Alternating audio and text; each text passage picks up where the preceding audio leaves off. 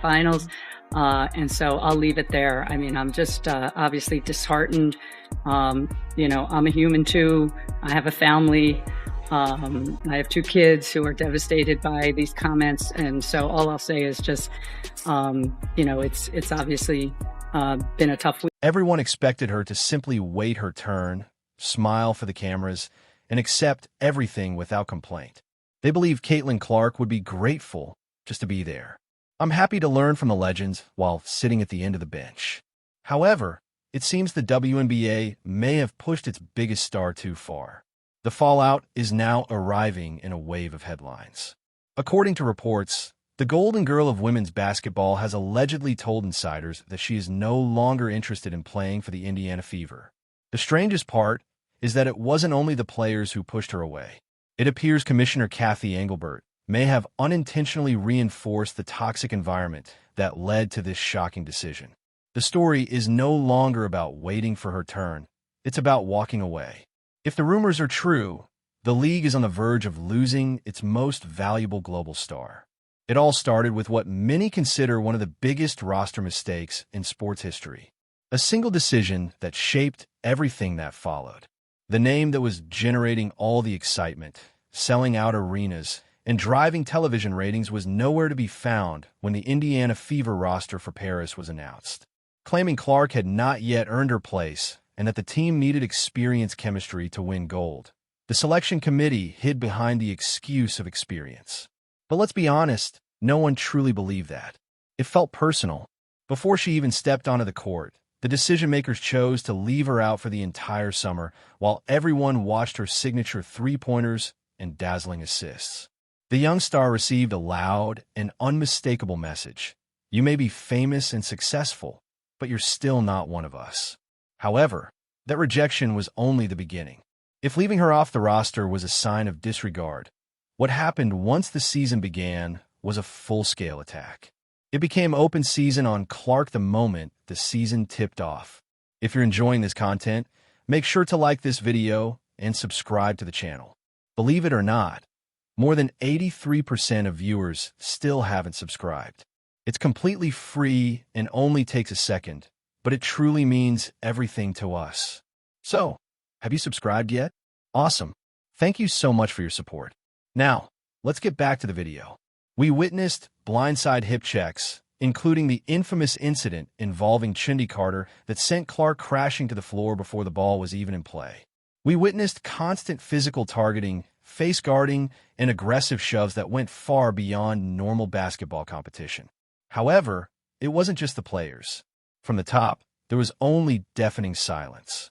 It seemed as though WNBA leadership showed little concern while its rookie sensation endured hazing on national television. They refused to discipline players immediately. Instead, they hesitated to upgrade fouls to flagrants until public outrage became impossible to ignore, allowing the situation to spiral out of control. That failure to provide protection led to a moment that changed everything. Commissioner Kathy Engelbert stepped in and poured fuel on the fire just as things appeared to be settling down. She attempted to downplay the hostility directed at Clark during a recent CNBC interview, drawing comparisons to the Magic Johnson, Larry Bird rivalry of the 1980s in what many viewed as a public relations disaster. She smiled as she talked about the marketing value and how important the rivalry was to the league's business. She completely failed to condemn the very real and troubling atmosphere of hostility and hatred surrounding both the players and the fan base. It was a major mistake. By treating the hostility and physical targeting as little more than a business opportunity, she only reinforced Clark's feelings of isolation. It made it painfully clear that the league seemed more focused on drama and profits than on the safety and mental well-being of its players. The commissioner's remarks sparked immediate and intense backlash. The WNBA Players Association, which has often supported the league's growth, was forced to release a statement distancing itself from Engelbert's remarks.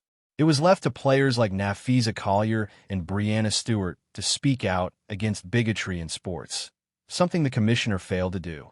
However, by then, it may have already been too late for Clark. Imagine being the employee who brings in record-breaking profits, charter flights for everyone, and massive television deals, only to watch your boss go on national television and suggest that the criticism directed at you is actually good for business. That is the kind of betrayal that makes someone question their loyalty. And that is exactly where the rumors of her departure began. You cannot discuss this topic without addressing the elephant in the room: the deep-rooted resentment from the old guard. For years, the same veteran stars and close-knit group that had played together for more than a decade controlled the Indiana Fever, creating what many viewed as a closed circle. For months, rumors circulated that several veteran players wanted to avoid the so-called Caitlin Clark circus disrupting their chemistry in Paris. It was never just about basketball fit. It was about the spotlight. Diana Taurasi famously warned that Clark was about to face reality. That comment did not age well, as Clark went on to lead the league in assists and break rookie records. The veterans believed they were protecting their legacy and preserving the culture of their locker room by keeping her off the Olympic roster. Instead, they may have cut ties with the next generation. Yes, they won the gold medal, but they lost the public relations battle and alienated millions of new fans who tuned in to watch number 22. At this point, the story takes a dramatic and irreversible turn. Insider rumors and growing speculation suggest that Clark is not simply sitting at home disappointed about missing the Paris trip. She is reportedly taking steps to protect her own future. According to those reports, after being left off the Olympic team, physically targeted by fellow players, and left without meaningful support from the commissioner, Clark has decided to shift her focus away from the national program. It is an incredibly powerful statement. She knows she drives the television ratings. She knows she is the biggest reason for ticket sales and jersey sales. If the Indiana Fever no longer wants her, she does not need them. She knows she has become bigger than the logo itself. Rumors suggest she has quietly made it clear that if the current culture remains unchanged, she has no interest in accepting future invitations. If this departure is real, the consequences will be enormous. We're talking about the possibility that league politics and a lack of support could lead the face of the sport to decline representing her country. It completely changes the balance of power. The WNBA and the Indiana Fever depended on the belief that players needed the system to succeed and that winning an Olympic gold medal was the ultimate achievement. However, Clark has shown that she has become the system. If she truly walks away from the national team, it would leave them without their most valuable marketing asset during the 4-year build-up to the Los Angeles Olympics. The commissioner appears unaware of the financial disaster that could be approaching. They needed her face on billboards promoting LA 2028. Without her, they're trying to sell a product that this massive new audience simply is not buying. Now let's look at the numbers, because if Clark really does leave, they paint a troubling picture for the league. Before her arrival, the WNBA struggled financially, playing in half-filled arenas while relying on commercial flights. Since she was drafted, league-wide attendance has risen by more than 40%. The league also signed a record-breaking media rights deal worth more than $2 billion, while television viewership has tripled. Because of that revenue, veteran players now enjoy better travel conditions and significantly higher salaries. The irony is impossible to ignore. The league leadership and veteran players continue to treat her like an outsider. Yet they are all benefiting from the success and financial rewards created by her popularity. She is essentially taking her ball and walking away, leaving the national team to rely on the old guard, who simply do not move the needle the way she does, if she chooses to focus solely on the Indiana Fever and step away from international duties. To understand why Clark might make such a dramatic decision, it is necessary to look at the commissioner's role in all of this.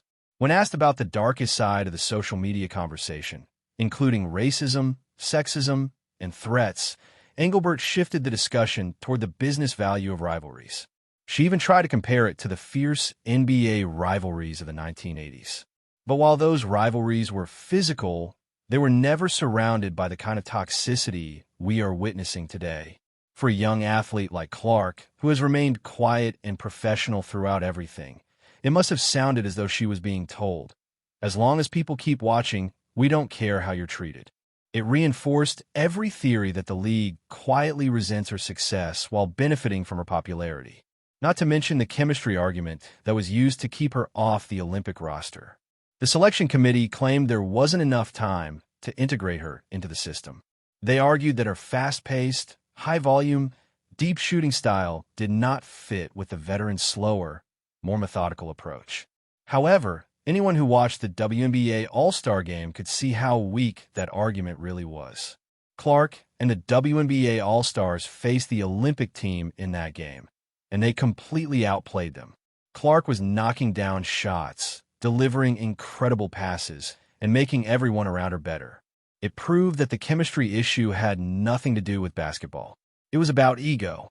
Clark's team looked like the future, while the Olympic squad appeared slow and out of sync. After that game, the idea of her walking away no longer seemed like just a rumor. It became a genuine possibility. Why would she want to be part of a system that appears determined to work against her style of play? Then there is the Sheryl Swoopes factor. The WNBA legend has become one of Clark's most vocal critics, constantly moving the goalposts of greatness. From minimizing Clark's accomplishments to incorrectly claiming she spent 5 years in college, Swoopes has become a symbol of the older generation's resentment. Yet the league continues to feature her as an analyst and commentator. For Clark, watching the league reward someone who consistently undermines her achievements is simply another sign of the disrespect. It creates a toxic environment. In any other workplace, human resources would step in if a senior employee publicly misrepresented a top performer's resume. In the WNBA, it becomes content. That ongoing damage to her credibility is likely another reason she wants to distance herself from the league's inner circle. The silence from Clark's camp says everything. Normally, a public relations team would quickly step in to stop rumors like these from spreading. They would release a statement saying, "Caitlin is proud to represent her country and looks forward to future opportunities." But we haven't heard anything. The silence has been deafening. It suggests serious conversations are happening behind closed doors. It suggests she is weighing her options and realizing just how much leverage she truly has. She doesn't need the Olympics to build her brand. She is already an international superstar. However, the Olympics need her if they want to remain relevant to casual sports fans. Think about the physical toll this season has taken on her.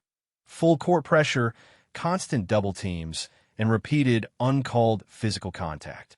Despite taking the most punishment and playing the heaviest minutes, she still led her team into the playoffs. After everything she endured, instead of receiving the league's support, she was left with a commissioner who failed to defend her from the constant abuse.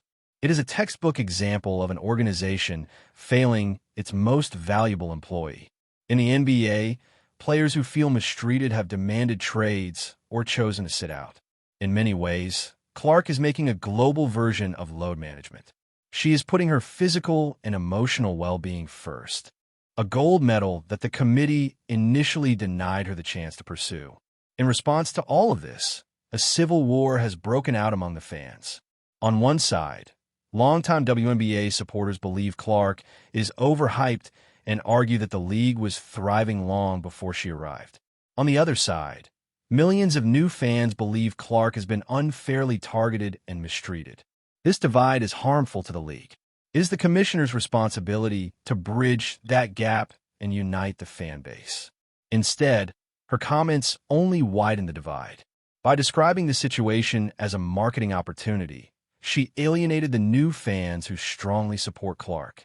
If Clark leaves the Indiana Fever, those supporters will follow her. They will not continue supporting a team that turned its back on their favorite player. This year's Olympic ratings were impressive, but the 2028 Olympic Games in Los Angeles could be a disaster without Clark. Another major factor is Angel Reese. The rivalry between Reese and Clark has become one of the biggest stories in sports. The league has struggled to manage it ever since it began during the NCAA championship and carried over into the professional game. Instead, it has been allowed to grow increasingly toxic, with players fueling the tension and fans taking things too far. When Reese applauded her teammate for hip-checking Clark, the league allowed the controversy to spiral because it generated attention. But there is a clear difference between playing tough basketball and deliberately targeting someone. Throughout it all, Clark has consistently taken the high road, refusing to play the victim or engage in the trash talk. However, everyone has a breaking point. If she decides to leave the Indiana Fever, the consequences for 2028 could be enormous. This may be her quiet and professional way of saying, "I'm done with the chaos." The Los Angeles Olympics are expected to be the defining moment for American women's sports.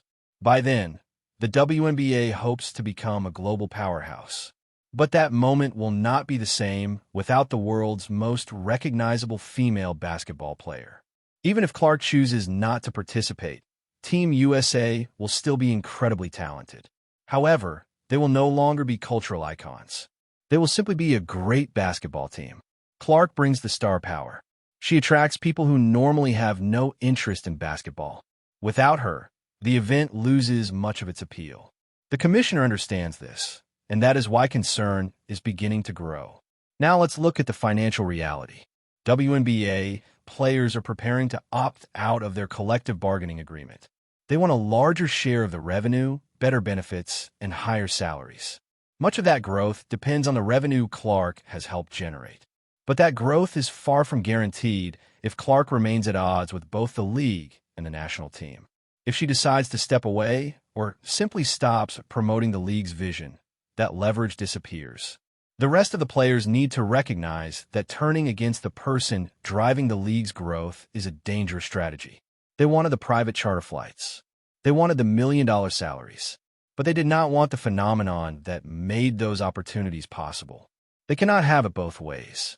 There's also a heartbreaking side to this story. Growing up, Caitlin Clark dreamed of playing in the WNBA. It is clear from her past interviews. She hoped to become the next Diana Taurasi or Sue Bird. For the very system she admired to reject her, and for those same idols to seemingly turn their backs on her, must be incredibly painful. For both her and the sport, it marked the end of innocence.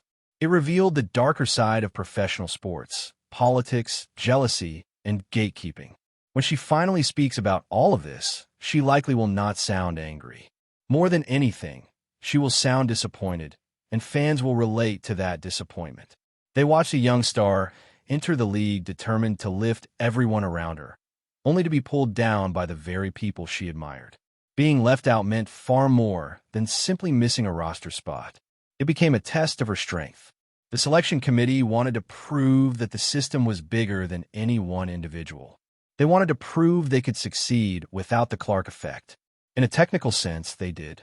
They won the gold medal, but the margin of victory was smaller than expected. There was also far less excitement than there could have been. They won the battle, but they may have lost the war. They proved they could win games, but they failed to capture the moment. In today's era of viral moments and global branding, capturing the moment is everything. Clark represents the future. The league chose to embrace the past. So what happens next? The commissioner now holds the responsibility. She must repair this relationship as quickly as possible. Instead of offering another carefully crafted corporate apology, she needs to deliver a sincere one. She must show Clark that the league values her safety and dignity more than manufactured drama. If she doesn't, these rumors of Clark walking away could become reality. Clark has the ability to build her own empire. She could launch her own media company, leagues, and basketball camps. She can remain Caitlin Clark without the WNBA. But the WNBA needs Caitlin Clark to stay relevant. The league may have just torn its golden ticket in half.